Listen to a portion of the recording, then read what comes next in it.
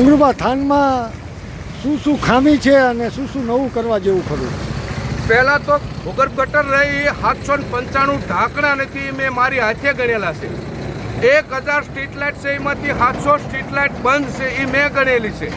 વધારાની હોય તે તો અલગ. અને ગલીએ ને શેરીએ ભૂગર્ભ ગટરનું પાણી નળ આવે ત્યારે ઉભરાતું હોય છે, એ મારી આંખે મારી પાસે 1000 વિડીયો પડ્યા છે. અને ભાજપના આગેવાનોને ઓળે આંખ્યું આવી છે. પબ્લિક ફોન કરે કે અમારી ભૂગર્ભ ગટર ઉભરાય છે ત્યારે એ એમ કહે છે કે મેં તમારા વેસાતા મત લીધા છે. એટલે તમે શું ગામની જનતાએ વેસાતા મત લીધા છે? થાનગઢમાં એક સારો બગીચો પણ નથી. બગીચો નથી. બીજું એક કેવું છે કે ગામની અંદર 50,000 ને 60,000ની વસ્તી છે.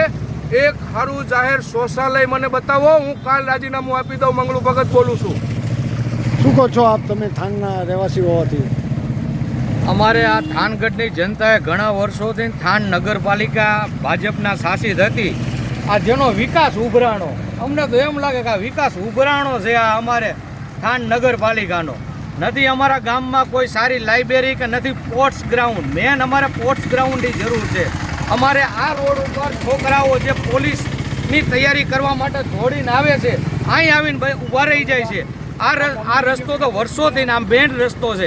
એક અમારી સ્પોર્ટ્સ ગ્રાઉન્ડની મેન માંગ છે, એ આજ લગીન નથી કરી પાય. નગરપાલિકાની ચૂંટણી છતાં ભાજપ આજે આ જોઈ રહ્યા છો, કામ નથી કરતા એવું કહેવામાં? હા, એવું કહેવાનું સાહેબ. હજી આ જોવો, હજી કઈ વસ્તુ થતી નથી. નગરપાલિકાની ચૂંટણી આવી રહી છે. નગરપાલિકાની ચૂંટણી આવી પણ આનો નિકાલ નથી લાવી શકતા. બીજું હવે શું કરશે? પછી ભાજપના લોકો કયા મુદ્દા પર મત માંગવા જશે? ભાજપના લોકો તો અત્યારે મત માંગવા જતા નથી હવે. બરોબર. હા, ક્યાં બધા ચૂંટાશે કેવી રીતે? શું કહેવા માંગો છો? ભાજપના લોકો હાલ તો કોઈ મત માંગવા ક્યાંય એરિયામાં જતા નથી. કોઈ દેખાતું નથી અત્યારે લગીન, તો ક્યાંય ગયા નથી. તો કઈ રીતે મતદાન લઈ જીતશે?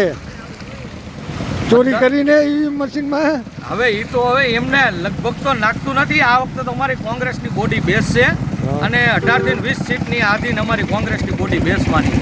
હવે વિકાસ ઉભરાઈ ગયો છે. આ ભાજપનો વિકાસ ઉભરાણો અમારે.